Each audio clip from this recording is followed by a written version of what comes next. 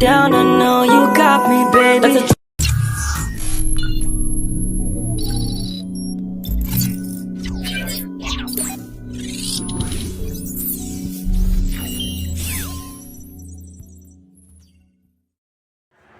Assalamualaikum warahmatullahi wabarakatuh. Perkenalkan, nama saya Muhammad Ilmi Ridwani, biasa dipanggil Ilmi, dari Fakultas FKIP Prodi PJKR.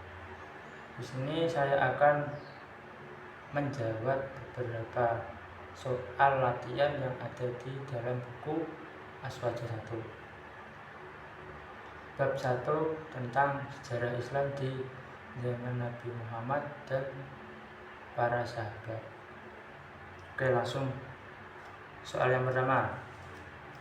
Jelaskan secara ringkas perbedaan Islam di era Nabi Muhammad dan para sahabat. Perbedaan utama antara Islam di era Nabi Muhammad dan para sahabat terletak di sumber dan wewenang syariatnya. Di era Nabi, sumber utama syariat adalah wahyu yang turun langsung dari Allah Subhanahu wa Ta'ala, yang berupa Al-Quran dan Sunnah. Nabi yang merupakan penjelas dan pelaksana wahyu.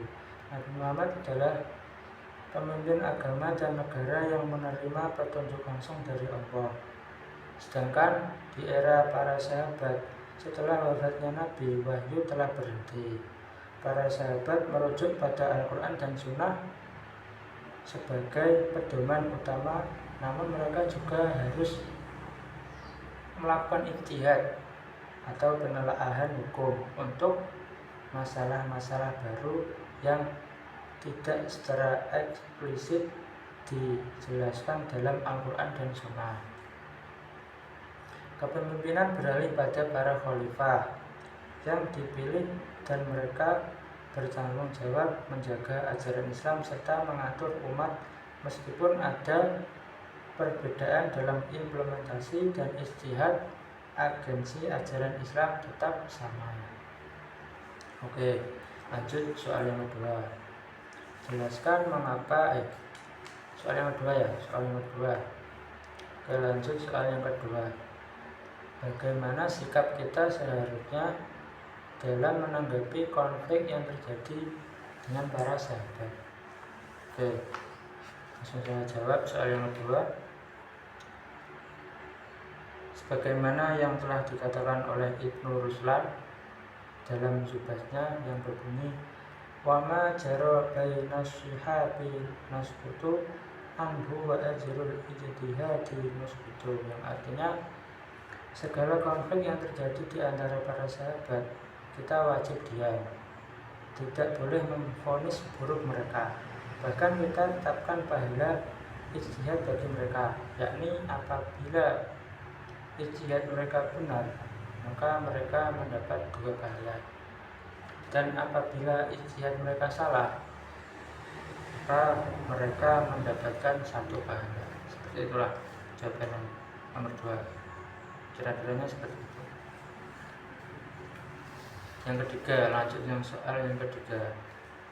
Jelaskan mengapa kajian Islam di era Nabi dan para sahabat sangat penting. Oke, kajian di era Nabi dan sahabat sangat penting karena memberikan pemahaman tentang ajaran Islam yang murni dan asli. Pemahaman ini membantu umat Islam untuk menghindari penyimpangan dan interpretasi yang menyalahi ajaran Islam yang benar, sehingga dapat menciptakan pemahaman yang lebih komprehensif tentang ajaran Islam. Oke, lanjut soal yang keempat. Jelaskan bagaimana awal umat Islam terpisah menjadi beberapa sekte. Oke, langsung saya jawab pertanyaan yang keempat.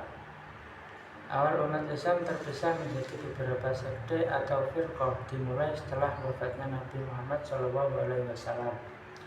Namun perpecahan besar dan signifikan mulai terjadi pasca masa Khulafaur Rasyidin terutama setelah terbunuhnya Khalifah Utsman bin Affan dan selama masa Khalifah Ali bin Abi Thalib, serta kemudian diwarnai oleh peristiwa-peristiwa seperti Perang Jamal dan Perang Siffin. Faktor-faktor utamanya adalah yang pertama, perebutan kekuasaan dan politik ini adalah faktor utama perselisihan tentang siapa yang berhak memimpin umat setelah Nabi, yang kemudian memuncak pada konflik politik dan militer. Contoh paling jelasnya adalah perpecahan antara Sunni dan Syiah yang bermula dari perbedaan pandangan tentang suksesi kepemimpinan. Faktor yang kedua, perbedaan penafsiran teks agama, Al-Quran dan Sunnah. Seiring dengan meluasnya wilayah Islam, umat Islam dari berbagai latar belakang budaya mulai menafsirkan Al-Quran dan Sunnah dengan cara yang berbeda-beda, terutama dalam masalah-masalah yang tidak dijelaskan secara eksplisit. Lanjut, faktor yang ketiga, munculnya kelompok-kelompok ekstrem seperti Khawarij yang muncul sebagai reaksi terhadap arbitrase dalam Perang Siffin. Mereka memiliki pandangan yang sangat kaku dan ekstrem tentang siapa yang dianggap muslim dan siapa yang dianggap kafir. Lanjut, faktor yang keempat, faktor kesukuan dan kedaerahan. Meskipun Islam berusaha menghapus fanatisme kesukuan, sisa-sisa loyalitas kesukuan dan kedaerahan terkadang mempengaruhi pilihan politik dan mendukung kelompok tertentu. Faktor yang kelima, pengaruh pemikiran asing setelah penaklukan wilayah-wilayah baru umat Islam berinteraksi dengan filsafat dan pemikiran dari perbedaan lain, Yunani, Persia, India, yang kadang-kadang menimbulkan perdebatan teologis dan fisiologis yang memicu munculnya aliran-aliran baru seperti aliran Mu'tazilah. Yang terakhir, perbedaan dalam ijtihad atau pendapat para ulama dan pemimpin memiliki ijtihad yang berbeda dalam menghadapi masalah-masalah baru yang terkadang mengarah pada pembentukan mazhab fikih atau aliran pemikiran yang berbeda. Ya, mungkin kira-kiranya seperti itu penjelasan jawaban yang soal nomor 4. Oke, lanjut soal yang kelima. Soal yang kelima, jelaskan di antara keutamaan sahabat Abu Bakar, Umar, Utsman, dan Ali radhiyallahu anhu. Oke, langsung saya jawab.